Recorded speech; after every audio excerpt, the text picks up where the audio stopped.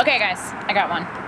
Would you rather be in an elevator with sweaty men with bad breath or wet dogs? 3 men. How many dogs? I don't know. Well, this matters. Why? Well, I mean, if it's like 100 dogs, I'd probably rather be with 3 guys. Or, I mean, are they big dogs or are they small dogs? Like, big dogs tend to smell worse than smaller ones. Oh my gosh, like, you're ridiculous. All right, Jake, I got a question for you. What would you do with $1 million? Like, what would I do with $1 million? As in, you're giving me $1 million? I want Or $1 million. Do I look like I have $1 million to give you? not really? All right, so it's a theoretical question. Okay. What would you do if you had $1 million? I don't know. I mean, it all depends. Like, there's a few things to consider. Like, am I single or am I married? If I'm married, I'd probably have to budget my money a little differently. Are my parents alive? Are they dead? Because if they're alive, I'm still going to help them out. I'll probably help them out a little bit. Or, are my parents still together? Or are they divorced? I mean, theoretically, am I a child of divorce? Was it all my fault? Is there another sibling to blame here? I mean, like, I don't know. Should I buy them a house? Should I buy them each their own houses because they're divorced? Jake, none of these things matter. I'm sorry, I can't get past this.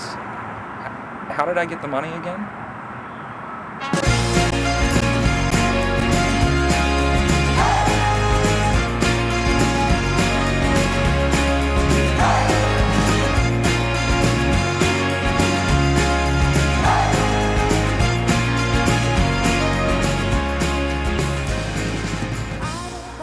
So there's this story I heard once about a guy who wanted to be able to bring his money into heaven. And he's directed to this old woman, this fortune teller, who can tell him what to do with it. And he shows up and asks her, I want to bring my money to heaven with me. And she says, all right, convert your money into gold bricks and put it in a briefcase. And this old battered briefcase, and you can bring it to heaven with you.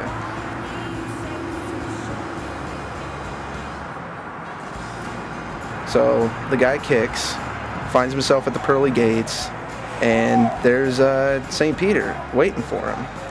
And St. Peter asks, what are you doing with the briefcase? And asks the guy to hand it over. And the guy, gives it to St. Pete.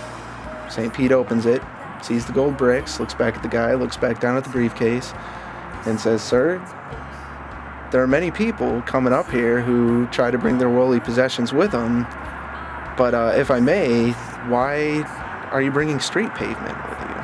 Oh, wow. Brilliant. Thank you. You're welcome. So, I take it there was a point to that story? Am I that transparent? Yes. Yeah. As transparent as...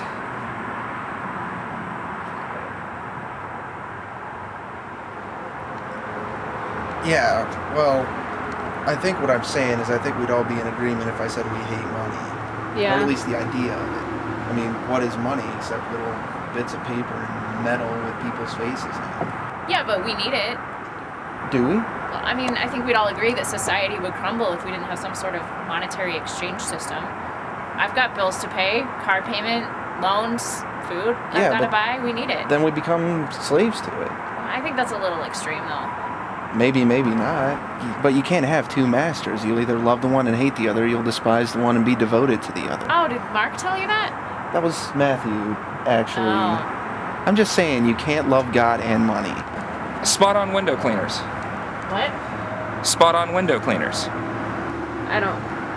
What are you talking about? Oh, sorry. It's okay. You know how you were asking me earlier about what I would do if I had $1 million? Oh, yeah. Well, I just figured it out. It's like a business idea that I just came up with. Oh. So, how you find like weird things like kind of like therapeutic or relaxing every once in a while. Like, yeah. Well, for me, like whenever I had like odd jobs before, it was always just like wiping a window down, like just kind of simple. But I just figured, that would be what I would do with my money. Maybe I'd invest in a business, or I'd provide a service to like different companies, maybe non-profits, organizations, or like maybe even go to like impoverished areas and just help them out, just clean things up or something. I don't know. So I guess what I'm saying is, if I, in that scenario, I would be using my money for good. I never said you weren't. Well, I'm surprised you haven't gone on some rant about how money is the root of all evil yet. Well, that's unoriginal, and I'm anything but. Oh. But it is. And there it is. 1 Timothy, and it's the love of money. Oh, well, Matthew 6:3, don't flaunt your righteousness. Touche.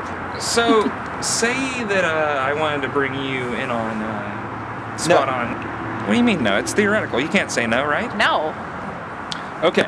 So, let's say that you are a business partner at Spot On Window Cleaners. No. Just please humor me. Okay?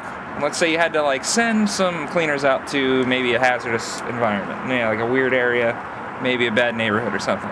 But you had to do it. You had to do it to save the company. Would you? You're seriously asking me this question? Theoretically, yeah. Then no. No? No. Might I remind you that the future of Spot On Window Cleaners relies solely on the decision you make right here. How would me sending window cleaners into a potentially hazardous work environment save the company? It doesn't matter. It's theoretical. Then no. You wouldn't do it to save my company? Why would I send someone to do something that I wouldn't do? To save my company. It's our company, though. You asked me to be a business partner. Theoretically. Ugh, I feel a rant coming on. Hold on a minute. I'm not drunk enough for this yet. All right, guys. This isn't a rant. I'm just saying, aren't we better than commonplace society? I mean, can't society be better? Even if the company loses a few bucks here and there, won't the employees respect you more for making the right decision? I mean, wouldn't society respect you for the same? What about my theoretical business? Do not worry about life. What you will eat or drink or what you will wear is not the body more than clothing, is not life more than food. Exactly. You're beautiful. Yeah, I know. There go my $1 million. Sorry. I'm gonna go inside. It's kind of cold out. It's cold. Let's go.